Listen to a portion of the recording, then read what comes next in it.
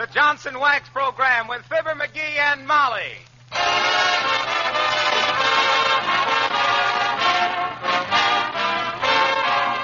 The makers of Johnson's Wax and Johnson's Self-Polishing Glow Coat present Marion and Jim Jordan as Fibber McGee and Molly with Bill Thompson, the King's Men, and Billy Mills Orchestra. The show opens with Louisiana Hayride.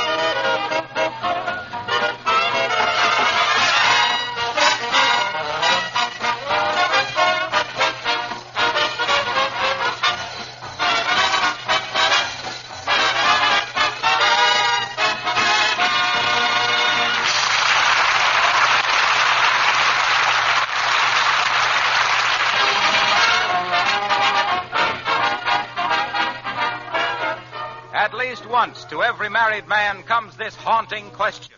Button, button, who's got a button?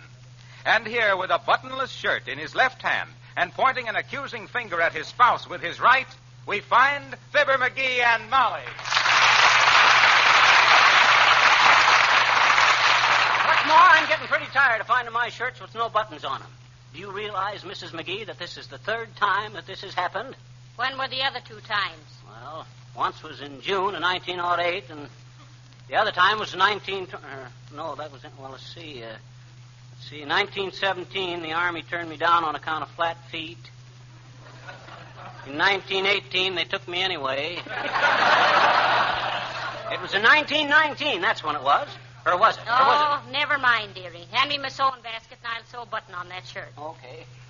Wow. Is this just a sewing basket? Look at the stuff you got in it. A Reader's Digest, bag of gumdrops, deck of cards, a radio script, a compact... Well, look! A hard-boiled egg. That's a china egg, foolish. I use it to darn socks. Oh. Well, I wish you'd keep our scripts and our eggs in different places.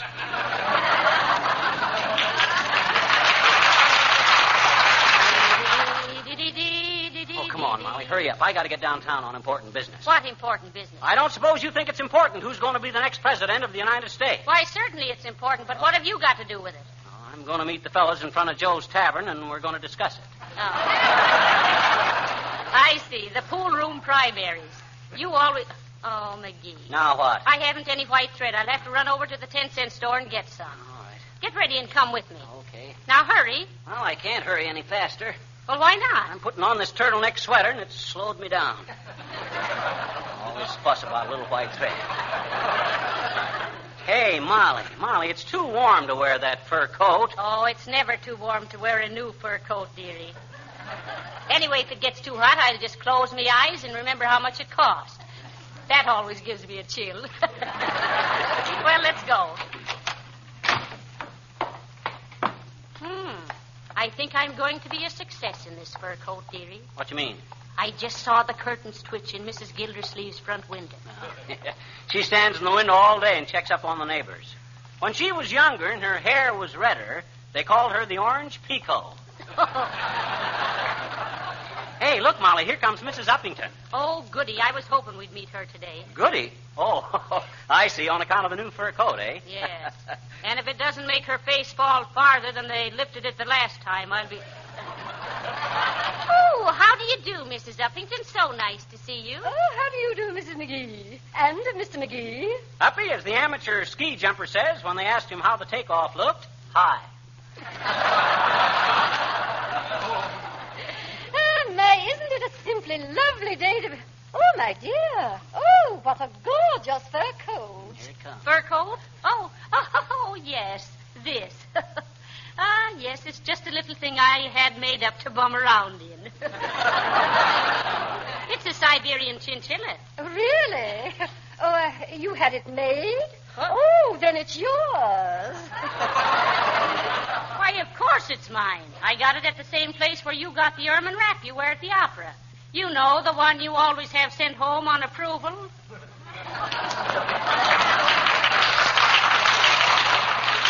Well, really, it looks devastating on you, Mrs. McGee. It takes away that dumpy... I mean, you don't look so pudgy. Well, it simply does wonders for your figure, my dear. Oh, thank you, Mrs. Uppington. So sweet of you.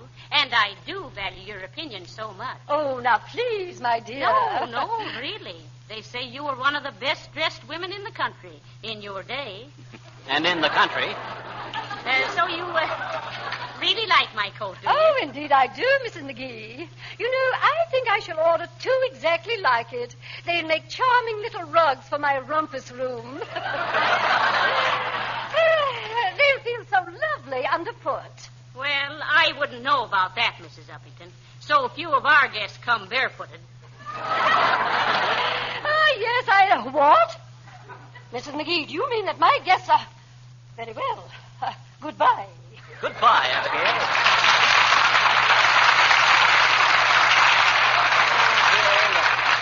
You should have got a pilot's license with that coat, Molly. I thought the fur was going to fly any minute. I'm kind of sorry, though, that you and Uppy ain't better friends. Why, McGee? Well, you two girls could have such a lot of fun together, hunting mice. Are you inferring, Fibber McGee, that your wife is catty? Oh, no, but it wouldn't surprise me to see you two sitting on a back fence some moonlight night singing a duet. Now, look here, dearie. If you think I'm going to stand here and listen... Why, McGee, you're catching cold. Oh, no, I ain't either. Why, you must be. Your eyes are watering and your nose is all red. Now, that don't prove anything. Your Uncle Dennis always had a red nose and watery eyes, too, and he didn't have a cold. We won't discuss me Uncle Dennis. Okay. I think he's pretty unspeakable myself. Dad, rat the dead. Oh, there, Mrs. McGee. Oh. Hello, McGee. How do you do, Mr. Gildersleeve? Oh, hi, Throcky. What are you sniffling for, McGee? You got a little cold? Who, me? Oh, no, I'm just rehearsing for a masquerade party tonight. I'm going as a bird dog. A bird dog, eh? You know, McGee, I'm sorry you're not a bird dog. Huh? Oh, I'd love to walk along behind you with a shotgun. Oh, yeah? Well, look here, Gildersleeve. You hear that, Mr. Gildersleeve? Don't you think McGee should go home and take care of that cold? I certainly do, Mrs. McGee. You know, I take him home, give him an ice-cold shower, let him take 20 long breaths in front of an open window, then pile into bed with just a sheet over him and an ice pack on his head. Oh, heavenly days. Go on, that'd kill me. Yes. I believe it would, McGee. Well, I didn't expect any sympathy from you, Gildersleeve. You got about as much tenderness as a nightclub sirloin. Is that so? Yes, that's all. And you deserve about as much sympathy as a tarantula with a toothache. Oh, yeah? Yes. Oh, all right. Break it up here, boys. Break it up. Well, McGee, are you going to do something about that cold? Yes, and I think the first thing I better do is get out of this big wind that's blowing around here. what you really ought to do is go home and get a coat on, McGee. That turtleneck sweater you've got on is terrible. Don't tell me what to wear, Gildersleeve. I know clothes. Yeah. I've been known as a snappy dresser all my life. Why, even as a tiny baby, I can remember my nurse showing me off to people and saying, "Ain't he a dapper little fellow?" Dapper Diaper McGee, I was known as. Dapper Diaper McGee, the ding-dong daddy of doggy dressers, devastating dimpled debutantes as I dined and danced from dawn to dusk in my devilish dandifying diggity-duds, duped in denim or dolled up in dinner dress with diamonds dangling from my digits, drawn dirty digs from disappointed dumbbells that didn't dare dude up in decent dry goods, and doggone if I wasn't disgusted and derided from a dilly drapery from Dutch Guiana's dells of death to the take it, Billy. I'm out of breath.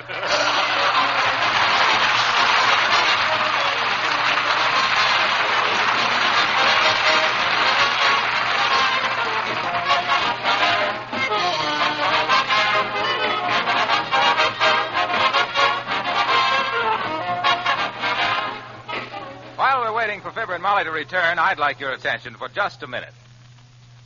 Here's some great news from Racine. Listen to this letter. Dear Harlow, don't forget to tell our listeners about the new consumer dividend we have just declared for all our loyal customers. A dividend of 1/3 more for their money when they buy Johnson's self-polishing glow coat and Johnson's paste or liquid wax. Tell every housewife that right now on most dealers' counters, she will find extra-large packages of glow coat and Johnson's wax containing 1/3 more than the regular sizes. She pays only the regular price. The extra 1/3 is her free consumer dividend. Tell her we declared this dividend in appreciation of the way she has been buying these famous polishes. This offer is good on all important sizes, pints, pounds, quarts, gallons, and so forth, but only while the supply of these extra-large packages lasts. Tell her to hurry if she wants to get 1/3 more free next time she buys Johnson's Glow Coat or Johnson's Paste or Liquid Wax.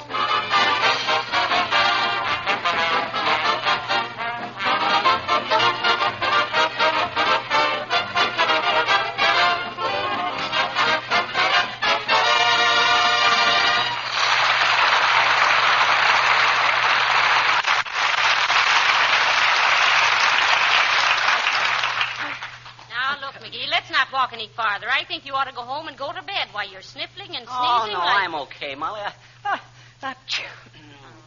Boy, this sure crept up on me quick, didn't it? Well, try and close your pores a few minutes, dearie. What do you mean, close my pores? What do you think my skin is made out of, Venetian blinds? Shucks, why did this happen to me? Hi, mister. Hi. Oh, hello there, little girl. You better not get too close to me. Why? I got a cold in the head. Or something. It must be a cold. Huh? Hmm? I says, look, don't you know colds are contagious? I know it. Say, mister, you remember my doggie, Margaret? Uh-huh. He's got a bad cold, too. Oh, oh, she has he? Incidentally, what kind of a dog is Margaret? A poinsettia. Go on. A poinsettia is a flower. It ain't a dog. Oh, yes, it is. Oh, no, it ain't. Oh, yes, it is. Oh, no, it ain't. Oh, yes. Well, I bet you Margaret is, I bet you. You mean to stand there with your little half socks full of ankles and tell me your dog is a poinsettia? I do. His mother was a pointer and his father was a setter.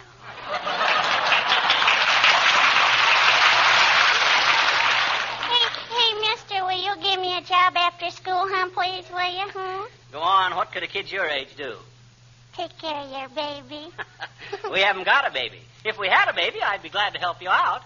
Oh, that's okay, mister. I'll bring my little brother and take care of him. I got a job. Hey, wait.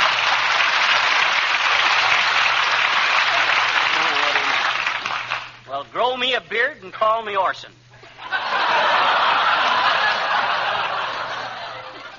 You hear that, Molly? She's going to bring up... come on, McGee. I think it's time you did something for that cold. Maybe I had better get a checkup, Molly. What doctor shall we go to? Well, there's a doctor's office right over there. Huh? You see the sign? Dr. Snaffle? Well, hello there, folks. How's everything? I got a bad cold. By the way, Mr. Wilcox, what do you know about that Dr. Snaffle across the street? Oh, he's all right. Great hand with animals. Animal? What? Oh, he's a horse doctor. Sure, but he'll take care of you, Fibber. You're full of horse feathers. You see, he being a doctor, I often talk to him about Look, how... Harlow, hey, let go. Oh, what's the idea, Mr. Wilcox? If you pull the neck of that sweater over his face like that, he'll smother. Oh, no, he won't. But I wanted to tell you how I sold Johnson's wax to Doc Snaffle. I said, look, Doc, being a doctor, you've got to have an office that's not only immaculately clean, but can be kept clean with very little effort. Just a minute, Fibber, just a minute now. I told him that Johnson's wax would cut his office cleaning down to a minimum and would give that instant impression of gleaming, polished sanitation so important to a doctor's office. Quiet. Be quiet. No dust, no fingerprints, everything sealed against dirt and damp. Shut up a minute. So I sold him a big order of Johnson's wax. Okay, Fibber, what were you saying? Dreaded luck. What's the idea? Pulling my sweater over my face and me with a sneeze coming on. Well, look. The way Johnson's wax beautifies and protects floors and furniture is nothing to sneeze at, and you know it. Well, I hope it's nothing trivial, pal. If I were you, I'd try Dr. Cyclops down in the next block. So long, kids.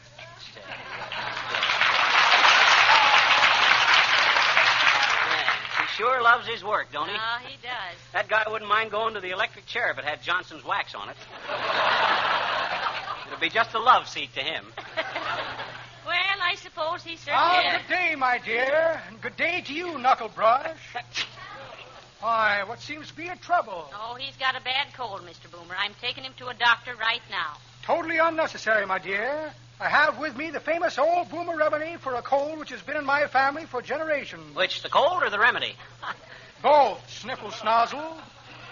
We were so susceptible to colds and coughs, we became known as the Whooping Boomers.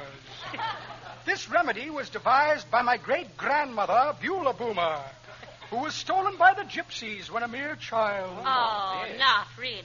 Yes, indeed. But she came back the next morning with 4 gypsies which she'd stolen herself. Well, let's see the cold remedy, Boomer. Might save me a doctor bill. Certainly. Now, where did I put Grandma Beulah's cold cure? Have it right here somewhere. Cold cure. Here's a small bottle of nitroglycerin. Have to be pretty careful with that. I remember young Louis the Lamb from Alabama got blown up that way. Careless fellow. But that was Louis all over. Here's a note from another unfortunate lad. Poor chap. Just discovered a gold mine in California. Terrible predicament. Well, what's so terrible about that? My dear, he struck gold while digging a tunnel under a wall in Alcatraz. What's this? Oh, yes, a small electric battery for a jockey's saddle. Say, tell me, do the horses around here run on AC or DC? Can't you tell by looking at the plugs?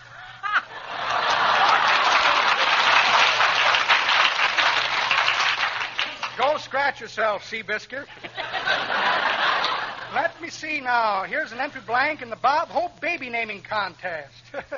Odd circumstance. Toothpaste program giving a prize to name a person with no teeth.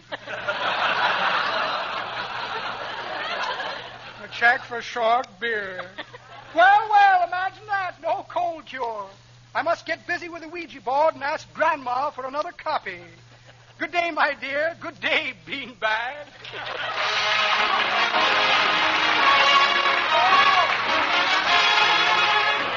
Folks, the King's Men present their own beautiful arrangement of Lazy Rolls the Rio Grande. Lazy river rolling along, rolling along. Lazy rolls the Rio Grande. It doesn't make a bit of difference what you do. 'Cause lazy rolls the Rio and you never get to doing what you ought to do. It rolls along the biding of its time through the dopey slime and doesn't care a dime. It sings a song and that's the reason I'm feeling mighty strong about the Rio Grande. Life is free and easy there. The willow-shaded banks will be your easy chair. And no one's ever greasy there. 'Cause that's the way of living down in Rio Land. Watch the sleepy Rio just a-rolling along, sing the song, heading for the promised land. Lazy rolls the Rio, lazy river, rolling,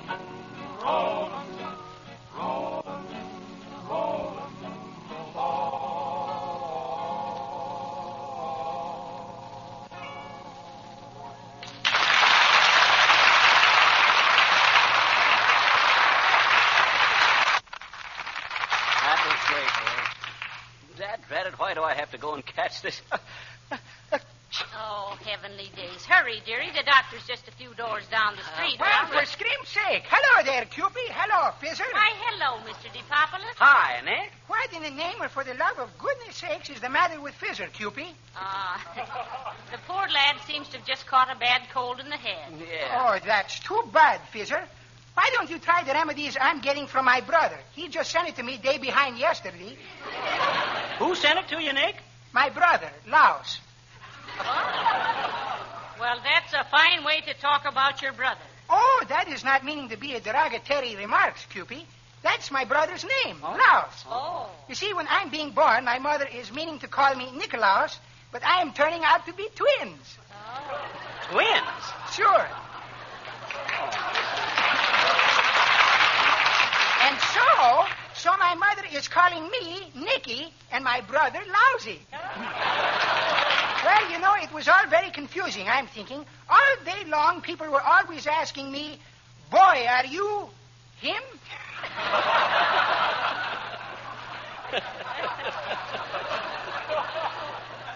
What about that cold cure, Nick? Oh, yes. Well, first, Fizzer, you take a Greek steam bath. Oh, well, what's that? Well, it's kind of a wet hot foot, but all over. Kind of a Turkish bath, eh? Exactly. Only it's entirely different. Oh. With a Greek steam bath, you're leaving all your clothes on. Uh-huh. It wouldn't hurt that suit a bit. Well, is that all there is to it? No, then you're going right to bed and lay all night between the spring and the mattress Between the spring and the mattress, what's that for? to press the suit. Then in the morning, you're taking 3 pills. What kind of pill? Personally, I like the round ones. And then you're taking hot eggnogs, and believe me, you're feeling like a different man. Sounds very efficacious. Oh, what's the difference how it tastes, Cupid? Can you remember all those directions, Fizzer? Sure. A Turkish bath, a good night's sleep, a few round pills, and a hot eggnog. That sounds like a marvelous remedy. I'll say it does. Say, it does, doesn't it? I wish you would write it down for me sometime in case I'm getting a case of influenza. And thank you very much for telling me about it. Well, so long, Fizzer. So long, Cupid.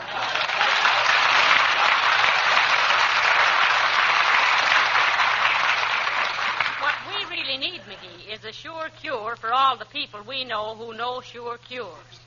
Well, here's Dr. Cyclops' office. Let's go in and find. How do you do? I hope you have an appointment with Dr. Cyclops. He's extremely busy these days. Well, how's he getting along with his book, dearie? Oh, he's... Why, how did you know the doctor was writing a book? Well, why should he be an exception? I was going to write a medical book myself once, sis, but it was about a doctor that had his practice in Africa. And one day he started to give a gal a hypo, and when he pinched her, she gives him a dirty look and says, real haughty, Dr. Livingstone, you presume. My hot tonight. That ends the first chapter, and the climax of the book starts... Oh, good morning, Dr. Cyclops. Good morning, Miss Jones. My, just had an interesting case at the hospital. Man came in and couldn't stop laughing, simply howling with glee. But he's resting now. Well, what was wrong with him, Doc? Oh, just overwork. He was a good humor salesman. You waiting to see me? Yes, we were, Doctor. Me husband seems to have a bad cold. I'm Fibber McGee, Doc, and this is Mrs. McGee. How do you do, I'm sure? Oh, yes. Just step into my office, please. And Miss Jones. Yes, Charlie. Patient's present, my pet.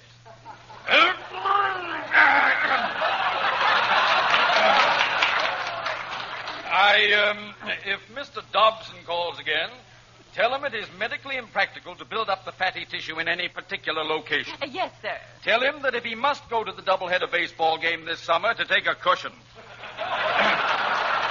That's all. Right this way, Mr. McSniffle. McGee. Oh, yes. Yes. May I leave me fur coat with you, nurse? Certainly, madam. Oh, thank you. Go ahead, Doctor. Now, sit down, please. Yes. Now then, Mr. McGee. Yeah? You say you're a good humor salesman? Yes. No, I ain't a good humor salesman. That was the other case. Remember? Oh, yes. Yes. Now, look, Doctor. Me husband is suffering from a cold in the head. Will you please examine him? Of course. Pulse, please. Yes. Pulse normal. Stick out your tongue. Show him how you can wiggle your ears, too, dearie. How am I, Doc? Well, it's hard to tell. Ever had appendicitis? Any history of green apple colic? Bicycle knees? Feel any stiffness after seeing Gone with the Wind?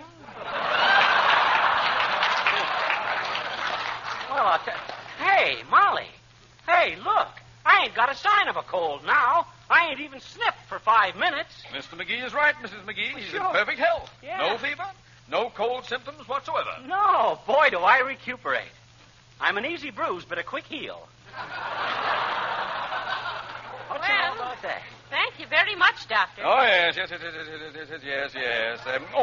I'd suggest you leave your name with Miss Jones as you go out for our mailing list. Having a special on fractures next week. Good day.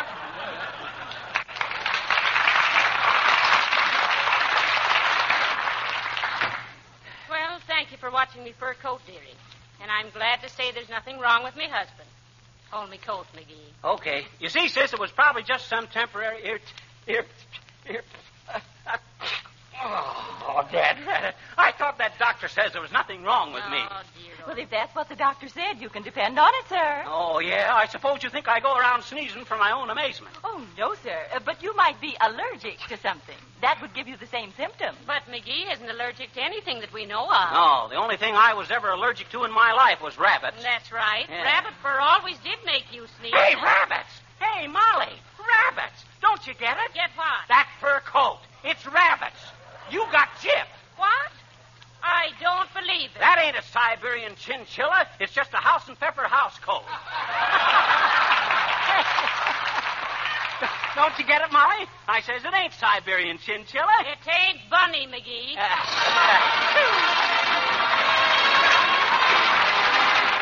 Yesterday, a lady asked me, just what is genuine Johnson's wax? I answered, it is a blend of pure waxes, including the extremely durable Carnauba wax from South America, carefully blended to provide the toughest, most wear-resistant material you can possibly put on your floors. In order to have the very best waxes that money can buy, S.C. Johnson & Son maintained their own research laboratory right in Brazil, in the heart of the Carnauba wax country. There are many kinds of natural waxes. Some would be too hard for you as a housewife to use. Others would be too soft. But Johnson chemists have had 50 years' experience in perfecting the blend of pure waxes which you buy as genuine Johnson's wax. They probably know more about protective household waxes than anybody else in the world. That is why genuine Johnson's wax gives such complete satisfaction. Why it protects and beautifies the floors, furniture, and woodwork of so many thousands of homes the world over.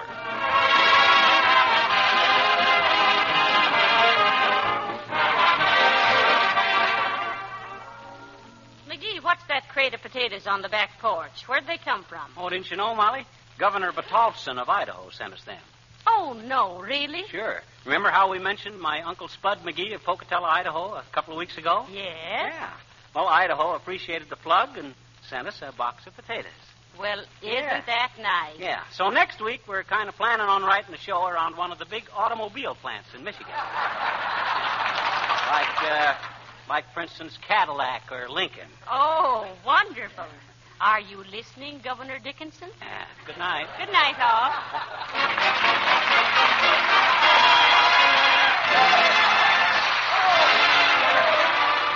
This is Harlow Wilcox, speaking for the makers of Johnson's Wax and Johnson's Self-Polishing Glow Coat, inviting you all to join us again next Tuesday night at this same time. Good night. This is the National Broadcasting Company.